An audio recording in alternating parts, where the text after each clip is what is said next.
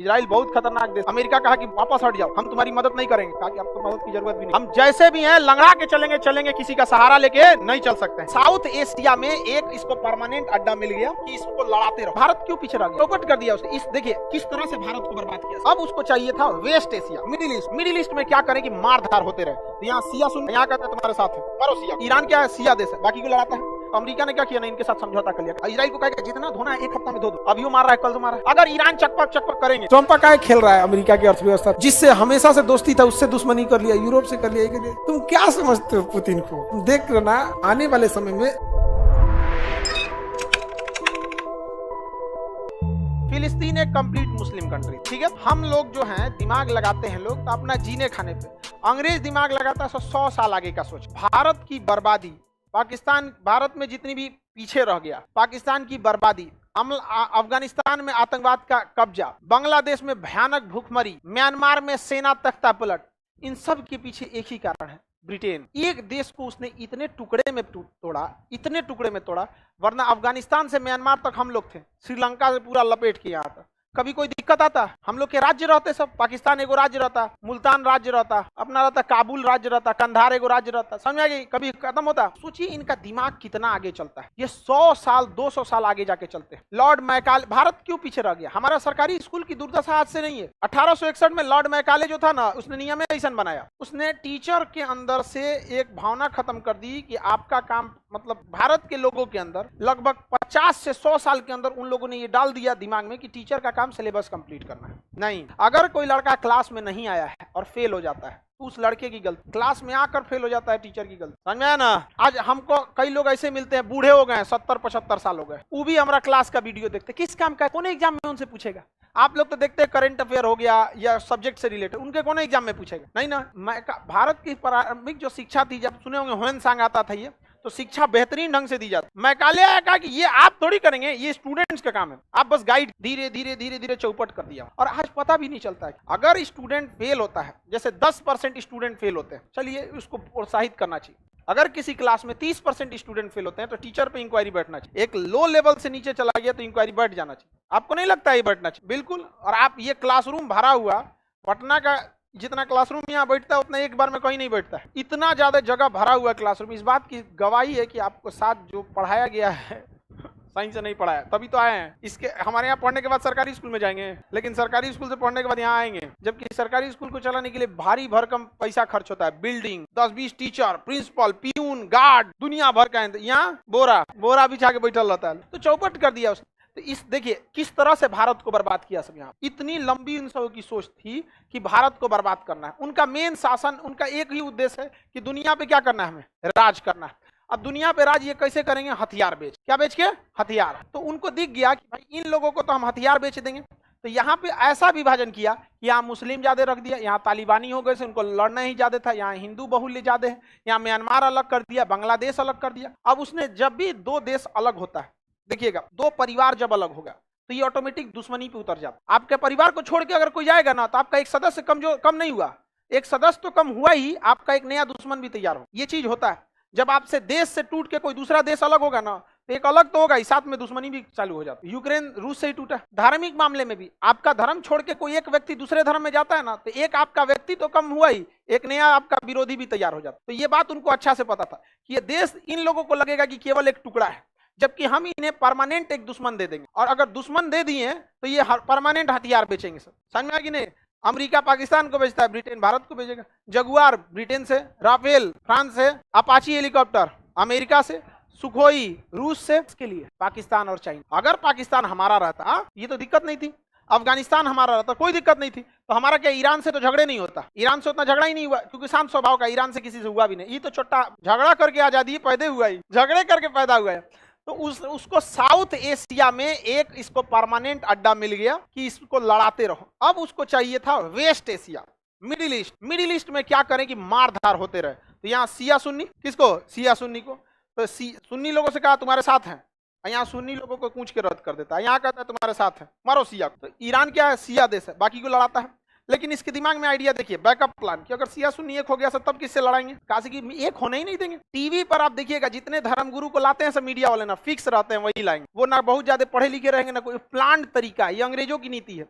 TV पे देखिएगा ना, को लाएगा सो ऐसा जहर उगल के चल जाएगा, ना ससुरा पे FIR होगा ना केस होगा। देखते हैं ये अंग्रेजों की चाल है। उसने सोचा कि इसको परमानेंट लड़ा देंगे सिया सुन्नी में। और दूसरा, यहाँ एक ऐसा देश बना देते हैं जो सबको पीटते रहे, जितना पिटाएगा सब अमेरिका के पास भागेगा सब, नहीं तो ब्रिटेन के पास भागेगा। इन चोटों को हथियार बनने ही नहीं देंगे, और अगर ये हथियार बनाएंगे तो उससे सस्ता दे देंगे। लो, जैसे आप अगर ब्रश बनाते हैं, ब्रश अपने से घर में 20 रुपया का पड़ेगा मान के चलिए, और कोई आपको 1 रुपया में देगा, कभी बनाएंगे? लेकिन आप देखिए, आप इंडस्ट्री में पीछे छूट गए। इसीलिए जब भारत आजाद हुआ, जवाहरलाल नेहरू ने FDI, फॉरेन डायरेक्ट इन्वेस्टमेंट पे पूरी तरह रोक लगा दिया। कुछ नहीं आएगा, मंजन पेस्ट सब चीज यहीं बनेगा। 1991 तक हमारे देश में कुछ नहीं आ सकता था। यही नतीजा हुआ कि हम लोग देर से सही उठकर खड़ा होना सीख गए। समझ में? आज मंगल ग्रह तक चले गए। ये नेहरू की बहुत अच्छी नीति थी। लेकिन 1991 में अगर हम लोग विदेशियों को अनुमति नहीं देते तो बहुत पीछे रह जाते। समझ में आ गया कि नहीं आ गया? रेस में आप तब दौड़िए जब चलना सीख जाइए। कोई लड़का चलना ही नहीं सीखा, ओलंपिक के रेस में उतार दीजिए, कचरा के मर जाएगा। पाकिस्तान की तरफ शुरुआत FDI दे दिया, हम लोग ने दिए नहीं दिए। अब ये सब जो थे सब अमेरिका सब किसको आगे बढ़ाए? से इजराइल यहूदियों का देश, और यहूदियों का दुनिया में कोई देश नहीं। तो उन्होंने दिमाग लगाया कि जब कोई व्यक्ति युद्ध लड़ता है जीतने के लिए, और कोई व्यक्ति युद्ध लड़ता है अपना अस्तित्व बचाने के लिए, तो हमेशा वही जीतेगा जो अपने अस्तित्व बचाने के लिए लड़ रहा है। समझ में आएगी नहीं गया? एकदम। तो इजराइल का कोई, यहूदियों का कोई देश है नहीं, और उसमें से हिटलर द्वितीय विश्व युद्ध में इतना मार मारा ना, दुनिया में सबसे ज्यादा अत्याचार यहूदियों पे हुआ है। इससे ज्यादा किसी पे नहीं हुआ है। किसी धर्म विशेष पे हुआ है तो यहूदियों पे हुआ है। अब इनके पास अस्तित्व बचाने की लड़ाई, तो अमेरिका ने क्या किया ना, इनके साथ समझौता कर लिया। कहा कि यहाँ के फिलिस्तीनियों को मार के भगा देंगे, तुम्ही को यहाँ रख, ठीक है? अब रख देगा तो इन सब से मार होगा ही। ये अलग धर्म, वो अलग धर्म, मार होगा तो अमेरिका आके सालाएगा, हम इजराइल को समझाते हैं, नहीं, इजराइल को कहेगा जितना धोना है 1 हफ्ता में धो दो। देखते हैं हमेशा गाजा पट्टी पे मारता है, अभी मार रहा है, कल तो मारा है। तो ये मेन है कि इन लोगों को हथियार बेच सके। अगर ईरान चकपक करेंगे तो किससे मरवा देगा? इजराइल से। सीरिया कूदेंगे, किससे मरवा देगा? इजराइल से। कोई भी कुछ भी करेगा, कौन देख लेगा? इजराइल। आगे बढ़ जाए, चल जाइएगा, आगे बढ़े। किसी को कोई यहां तक में दिक्कत है तो बोलिए। तो बताइए, भारत के विभाजन का मुख्य उद्देश्य लाइफ टाइम के लिए ग्राहक खोजना, इजराइल को प्लांट करने का मुख्य उद्देश्य लाइफ टाइम। अब बताइए, ये है सब अमेरिका और ब्रिटेन के नेता, इतने पढ़े लिखे, और हमारे यहाँ चोट्टा चुनाव कैसे जीतना है। अच्छा, ये यादव जी का मोहल्ला है तो यादव जी के पास चल। अच्छा, ये फलाना का मोहल्ला है, यहाँ चल। ऐसे जाति धर्म मजहब के नाम पे हम लोग नहीं देखते हैं, बढ़ गए हम लोग यहाँ। किसी को दिक्कत, किसी का आता, तो हम लोग का नेता इतना आगे सोच सकता है? सब नहीं सोचता है। और सोचिए कितना आगे तक सोचा है। उनका हथियार बिकता है एशिया में, बाकी कौन हथियार खरीदता है? फ्रांस कभी अमेरिका से हथियार खरीदेगा? कभी नहीं खरीदेगा। आगे बढ़ जाएं। मशरूम है सब हम लोग वाला, बिल्कुल मशरूम है, चोट्टा है सब। ये पूरा का पूरा देश कौन सा था? फिलिस्तीन। कौन सा देश था? फिलिस्तीन। फिलिस्तीन में कौन से धर्म की अधिकता थी? अब देखिए ध्यान से समझिए, द्वितीय मुस्लिम फिलिस्तीन में कंप्लीटली मुस्लिम। ब्रिटेन ने सऊदी से कहा कि द्वितीय विश्व युद्ध में हमारा साथ दो, फिलिस्तीन तुमको दे देंगे। सऊदी अरब साथ दे दिए। मिस्र से कहा कि तुम हमारा साथ दो, तुमको दे देंगे। और फ्रांस से कहा ब्रिटेन कि हमारा साथ दो द्वितीय विश्व युद्ध में, फिलिस्तीन तुमको दे देंगे। तीनों से वादा कर दिया। समझ में गया? और दुनिया में सबसे ज्यादा दिमाग था यहूदियों के पास, पैसा था यहूदियों के पास। यहूदियों से कहा कि तुम हमारा साथ दो, तुम्हारे लिए एक अलग देश बना देंगे फिलिस्तीन के ऊपर। समझ रहे हैं? सबसे ब्रिटेन का साथ सऊदी ने भी दिया, मिस्र ने भी दिया, फ्रांस ने भी दिया, यहूदी ने भी दिया। किस उम्मीद में? फिलिस्तीन के लोगों को पता नहीं है कि हमारा विभाजन होने वाला है। उनको पता नहीं है कि हमारे बोली लग चुकी है, बिकेंगे अब हम यहाँ। द्वितीय विश्व युद्ध जब खत्म हुआ तब अमेरिका की जीत हो गई। अमेरिका ब्रिटेन ये सब क्या हो गया? सब जीत गया। सब ये सब प्लान बना के जानते हैं क्या किया? सब यहाँ बम्बार्डमेंट करके मारा, सब इतना रद्द करके कि फिलिस्तीन के लोग भाग गए यहाँ से, भागे यहाँ से। यहूदियों को दे दिया टैंक, हथियार, गोला बारूद यहूदियों को, और यहूदियों से कहा मारो जितना मार सकते हो। मारा, फिलिस्तीन के लोगों के लाश बिछा के रख दिया। अमेरिका कहा क्यों मार रहे हो? समझ में गया? अब मान के चलिए हम ही किसी को अलग में बुला के कह दे कि देख बाहर में हम समझाएंगे चुप, लेकिन अंदर से धोते रहना, तो हम बाहर कितनों कहेंगे काय मार रहे हो, तो और मारेगा। समझ में? तो अंदर से यहूदियों को समझा दिया था कि साफ कर देना है फिलिस्तीन वालों को पूरी तरह। हम समझाने आएंगे, ब्रिटेन आ रहा है समझाने, अरे ये गलत है, मानवाधिकार का उल्लंघन है, किसी की जान नहीं ले सकते। अमेरिका का एकदम हत्या कर रहे हैं, ये नहीं है, मुसलमानों पर अत्याचार हम नहीं देख सकते, ये गलत हो रहा है। अरे ससुराल तो नहीं, ढोलक बना के रखा है, सो दोनों ओर से पीटता है सब। समझ में आएगी नहीं आ गया? ये लोग को समझे में नहीं आता। समझ में आ रहा है कि नहीं आ रहा? अब यहाँ पे पूरा देश कौन था? फिलिस्तीन। कब्जा कौन कर दिया? यहूदी। इसे अंग्रेजी में कहते हैं ज्यूज वाले कब्जा कर लिए। अब ज्यूज के सामने समस्या थी कि यार किसी न किसी देश में जाओ, वरना इनका यहूदियों का कोई देश ही नहीं था। मराते कहाँ जाते यहाँ पे? तो ये अपने अस्तित्व बचाने की लड़ रहे थे। हथियार अमेरिका, ब्रिटेन, फ्रांस सब मार के धो दिया। इन लोग को लग रहा था कोई इनके लिए बचाने आएगा। यहाँ पे कौन आएगा? भगवान बचाने आता है जी। भगवान को बचाना था तो हाथ पर काट दिया। नहीं समझे? आगे बढ़े। अब यहाँ पर पूरा विभाजन हो गया, और अब बीच में चलाया यूएनओ। ये अमेरिका का दलाल है। यूएन जो अमेरिका चाहेगा वही होगा। यूएनओ ने कहा ठीक है, हम विभाजन कर देते हैं, ये एरिया दे दिया इस तरह से, कहा कि ये एरिया फिलिस्तीन रहेगा। देखिए ध्यान से देखिए इस चोट्टा, इस तरह किसी देश का विभाजन किया जाता है कि ये क्या रहेगा, फिलिस्तीन, अब बाकी क्या रहेगा, इजराइल, बाकी इजराइल। जानबूझ के प्लानिंग था इन लोग का कि बीच में फिर काट देना, धीरे धीरे बढ़ के खत्म कर देना, इन लोग को बुझाया नहीं। अब 6 गो देश मिलकर, ये 6 गो देश मिलकर, सीरिया, लेबनान, इजराइल, मिस्र, सऊदी अरब, प्लान बनाया सब, नहीं ये गलत है। हालांकि फिलिस्तीन को यूएनओ ने दिया था लगभग 48%, 48% दिया था, कितना परसेंट, 48, तो बहुत अच्छा खासा था। फिलिस्तीन वालों को भी समझना चाहिए कि तुम्हारा लड़ने की हिम्मत नहीं है, ना तुम्हारे पास हेलीकॉप्टर है, ना जहाज है, ना कुछ है, कहोगे कि मेरे पास जज्बा है। अरे यार किसी के सामने उसके बाप को 2 तमाचा मारोगे तो उसमें भी जज्बा आ जाएगा, तो क्या वो अमेरिका से लड़ जाएगा, नहीं समझे। जज्बा मतलब कौन चीज, जाइए ना तनी जज्बा दिखाइए यूक्रेन में, युद्ध हथियार और दिमाग से जीती जाती, जज्बा उजबा गया जमाना। घोड़ा पे बैठ के लड़ना है ना, घोड़ा बैठ के तो जज्बा काम आएगा, या मारो, गया जमाना घोड़ा का। अरे आज जहाज का जमाना है। अब मान के चलिए अब राणा प्रताप से खतरनाक भाला चलाता था कोई, अब ऊपर से लगा देगा अपाचे हेलीकॉप्टर, तो क्या करेगा चेतक घोड़ा, समझ आएगी नहीं आ गया। टेक्नोलॉजी बहुत मायने रखती है, जो टेक्नोलॉजी से दूर गया बर्बाद, टेक्नोलॉजी का बहुत ज्यादा होना जरूरी है। अब यहाँ हो गया, अब ये सब कैसा नहीं, हम नहीं मानेंगे, 48 नहीं 100% चाहिए, ये है वो है, ये हमला करो। 6 गो मिलके हमला कर दिया, किसके ऊपर, इजराइल। 6 गो देश मिलके एक हफ्ता में 6 को हरा दिया इजराइल, 6 देश को हरा दिया इजराइल, एक देश। यही होता है जब आप अपने अस्तित्व के लिए लड़ते हैं तो गोली लगने के बाद भी आपको लड़ाई करना पड़ा, गोली लगने के बाद। उनका अस्तित्व था, अगर इजराइल से गए रहते तो कहीं नहीं रहते। फिलिस्तीन को जमीन चाहिए था, इजराइल को अपना अस्तित्व, तो अस्तित्व की लड़ाई में कौन जीत गया, 6 देश को मारा। उसके बाद कहा कि भाग में 12% दिया, कितना परसेंट, 12%, तनी सा इधर रह गया और थोड़ा सा इधर रह गया। अभी लोग कहते कि ना यूएनओ वाला ठीक था, आपस दिला दिया, 48 से चलेगा। यहाँ पे अमेरिका कह रहा है कि यूएनओ भी हमरे है, इजराइल भी हमरे है, समझ में आई नहीं। इजराइल बहुत खतरनाक देश है, बहुत खतरनाक, 6 देशों से लड़ रहा था। अमेरिका कहा कि वापस हट जाओ, हम तुम्हारी मदद नहीं करेंगे। कहा कि आपको मदद की जरूरत भी नहीं है, आपको कभी जरूरत होगा तो बोलिएगा, समझा। 1967 के दशक में अमेरिका को कहा था कि आपको जरूरत होगा तो बोलिएगा। अमेरिका कहा कि ढेर उड़ रहा है, हमरे पैदा कर ले तू, कहा कोई बात नहीं, बोल ले बेटा। 2001 में जब ओसामा बिन लादेन ने हमला किया ना वर्ल्ड ट्रेड सेंटर पे, इजराइल फोन किया, मदद की जरूरत है। 40 साल पहले अपमान का बदला लिया था, कहा हमें मदद की जरूरत नहीं है, हम जैसे भी हैं लंगड़ा के चलेंगे, किसी का सहारा लेके नहीं चल सकते हैं।